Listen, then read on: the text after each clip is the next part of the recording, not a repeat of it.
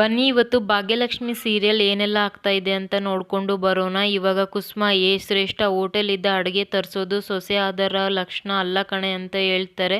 ಅಯ್ಯೋ ಅತ್ತೆ, ನಾನು ಯಾವ ಹೋಟೆಲ್ ಇದ್ದನೂ ಕೂಡ ಊಟ ತರಿಸಿಲ್ಲ. ನಾನು ಯಾವುದೇ ಕಾರಣಕ್ಕೂ ನಿಮ್ಮ ಮರ್ಯಾದೆಗೆ ಧಕ್ಕೆ ತರುವಂಥ ಕೆಲಸ ಮಾಡಲ್ಲ ಅತ್ತೆ. ಬನ್ನಿ ಎಲ್ಲರೂ ಡೈನಿಂಗ್ ಟೇಬಲ್ ಮೇಲೆ ಕೂತ್ಕೊಳ್ಳಿ ಅಂತ ಶ್ರೇಷ್ಠ ಎಲ್ಲರನ್ನೂ ಕರ್ಕೊಂಡು ಡೈನಿಂಗ್ ಟೇಬಲ್ ಹತ್ರ ಬರ್ತಾಳೆ. ಅತ್ತೆ ಬನ್ನಿ, ನೀವು ಕುತ್ಕೊ ಬನ್ನಿ ಅಂತ ಕುಸುಮನ ಕೈ ಹಿಡಿದು ಕೂರಿಸ್ತಾಳೆ. ಈ ಕಡೆ ಮಾವ ಹತ್ರ ಬಂದು, ಮಾವ ನೀವು ಬನ್ನಿ ಕೂತ್ಕೊಳ್ಳಿ ಅಂತ ಅವ್ರನ್ನ ಹುಷಾರಾಗಿ ಕೂರಿಸ್ಬಿಟ್ಟು, ತಾಂಡವ್ ನೀನು ಹೋಗಿ ಕೂತ್ಕೊ ಅಂತ ಹೇಳ್ತಾಳೆ. ಆವಾಗ ಕುಸುಮ, ಏನಮ್ಮ ಇದೆಲ್ಲ ಶ್ರೇಷ್ಠ ಅಂತ ಕೇಳ್ತಾರೆ. ಅತ್ತೆ, ಈ ಮನೆ ಸೊಸೆ ತಾನೇ ನಾನು, ನಿಮ್ಮನ್ನ ಗೌರವದಿದ್ದ ಟಿಫನ್ಗೆ ಕೂರಿಸೋದು ನನ್ನ ಕರ್ತವ್ಯ ಅಂತ ಶ್ರೇಷ್ಠ ಹೇಳ್ತಾಳೆ. ಅವಾಗ ಮನೆಯವರು ಎಲ್ಲರಿಗೂ ಕೂಡ ಶಾಕ್ ಆಗುತ್ತೆ. ನೆಕ್ಸ್ಟ್ ಶ್ರೇಷ್ಠ ಸುನಂದ ಹತ್ರ ಬರ್ತಾಳೆ. ಆಂಟಿ, ನೀವು ನನಗೆ ಎಷ್ಟೇ ಬೈದಿರ್ಬೋದು, ಆದರೆ ಅದೆಲ್ಲನೂ ಕೂಡ ನನ್ನ ಒಳ್ಳೆಯದಕ್ಕೆ. ನನಗೆ ನಿನ್ನ ಮೇಲೆ ತುಂಬಾ ಗೌರವ ಇದೆ ಆಂಟಿ. ಬನ್ನಿ ನೀವು ಕೂಡ ಟಿಫನ್ ಮಾಡೋ ಕುತ್ಕೊಳ್ಳಿ ಅಂತ ಹೇಳಿದ ತಕ್ಷಣ ಮನೆಯವರಿಗೆ ಮತ್ತೆ ಶಾಕ್ ಆಗುತ್ತೆ. ಸುನಂದನೂ ಕೂಡ ಶ್ರೇಷ್ಠ ಕೈ ಹಿಡಿದು ಕರ್ಕೊಂಡೋಗಿ ಕೂರಿಸ್ತಾಳೆ. ನೆಕ್ಸ್ಟ್ ಇರೋದೇ ಭಾಗ್ಯಕ್ಕ, ಬನ್ನಿ ನೀವು ಈ ಮನೆಗೆಷ್ಟು, ನಿಮ್ಮನ್ನ ಚೆನ್ನಾಗಿ ನೋಡ್ಕೊಳ್ಳೋದು ನನ್ನ ಕರ್ತವ್ಯ. ಯಾಕೇಳಿ, ನಾನು ಈ ಮನೆ ಸೊಸೆ, ಅದಕ್ಕೆ ನಮ್ಮ ಮನೆಯಲ್ಲಿ ಗೆಸ್ಟ್ ಆದವ್ರಿಗೆ ಚೆನ್ನಾಗಿ ನೋಡ್ಕೋಬೇಕು. ಅದು ನಮ್ಮ ಮನೆಯಲ್ಲಿ ತುಂಬ ಒಳ್ಳೆ ಸಂಸ್ಕಾರ.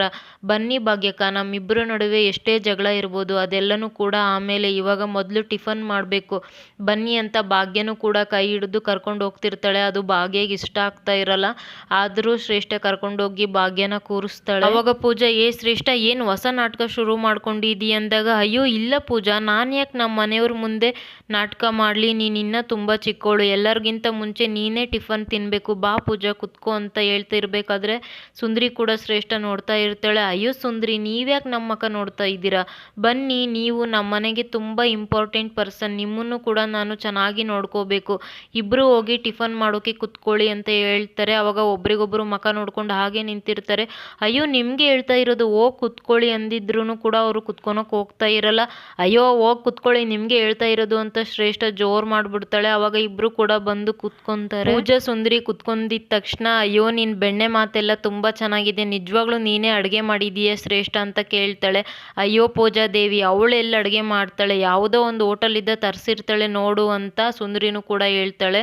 ಅಯ್ಯೋ ನಿಮಗೆಲ್ಲ ನನ್ನ ಮೇಲೆ ಇಷ್ಟೊಂದು ಅನುಮಾನನ, ಸ್ವಲ್ಪ ಇರಿ, ನಿಮ್ಮ ಎಲ್ಲ ಅನುಮಾನಕ್ಕೂ ನಾನು ಇವಾಗ ಪೊಲೀಸ್ ಸ್ಟಾಪ್ ಇಡ್ತೀನಿ ಅಂತ ಹೇಳ್ಬಿಟ್ಟು ಚಿಟ್ಕೆನ ಹೊಡಿತಾಳೆ. ಅವಾಗ ಮನೆ ಕೆಲಸದವಳು ಬರ್ತಾಳೆ.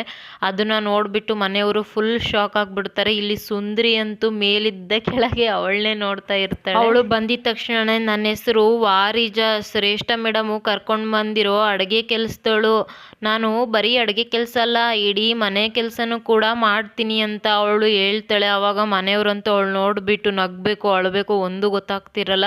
ಇನ್ನು ಶ್ರೇಷ್ಠ, ಏನು ಮಕ ನೋಡ್ತಾ ಇದೀಯಾ, ಇಲ್ಲಿರೋರು ಯಾರಿಗೂ ಹೆಚ್ಚು ಕಡಿಮೆ ಆಗಬಾರ್ದು, ಹೊಟ್ಟೆ ತುಂಬ ಅವ್ರು ಟಿಫನ್ ತಿನ್ನಬೇಕು ಅಂತ ಹೇಳಿದ ತಕ್ಷಣ, ಸರಿ ಮೇಡಮು ಆಯಿತು ಅಂತ ಹೇಳ್ಬಿಟ್ಟು ಎಲ್ಲರ ಹತ್ರನೂ ಬಂದು ಪ್ಲೇಟ್ನ ಇಡ್ತಾ ಇರ್ತಾಳೆ. ಮಾಡಿದ್ದು ಅವಲಕ್ಕಿನೂ ಕೂಡ ತಗೊಂಡು ಬಂದು ಎಲ್ಲರಿಗೂ ಕೂಡ ಇಲ್ಲಿ ಬಡಿಸ್ತಾ ಇರ್ತಾಳೆ. ಅದನ್ನು ಭಾಗ್ಯ ಕುತ್ಕೊಂಡು ನೋಡ್ತಾ ಇರ್ತಾಳೆ. ಅವಳಿಗಂತೂ ಫುಲ್ ಕೋಪ ಬಂದಿರುತ್ತೆ. ಇವಾಗ ಶ್ರೇಷ್ಠಗೆ ಕುಸುಮ ಮತ್ತು ಭಾಗ್ಯ ಇಬ್ಬರು ಏನು ಮಾಡ್ತಾರೆ ಅಂತ ಇವತ್ತಿನ ಎಪಿಸೋಡಲ್ಲಿ ತೋರಿಸಿಲ್ಲ. ಬೆಳಗ್ಗೆ ಎಪಿಸೋಡಲ್ಲಿ ಅಪ್ಲೋಡ್ ಮಾಡ್ತೀನಿ ಏನಾಯಿತು ಅಂತ. ಪ್ಲೀಸ್ ಸಬ್ಸ್ಕ್ರೈಬ್ ಮಾಡಿಕೊಂಡು ವಿಡಿಯೋ ನೋಡಿ.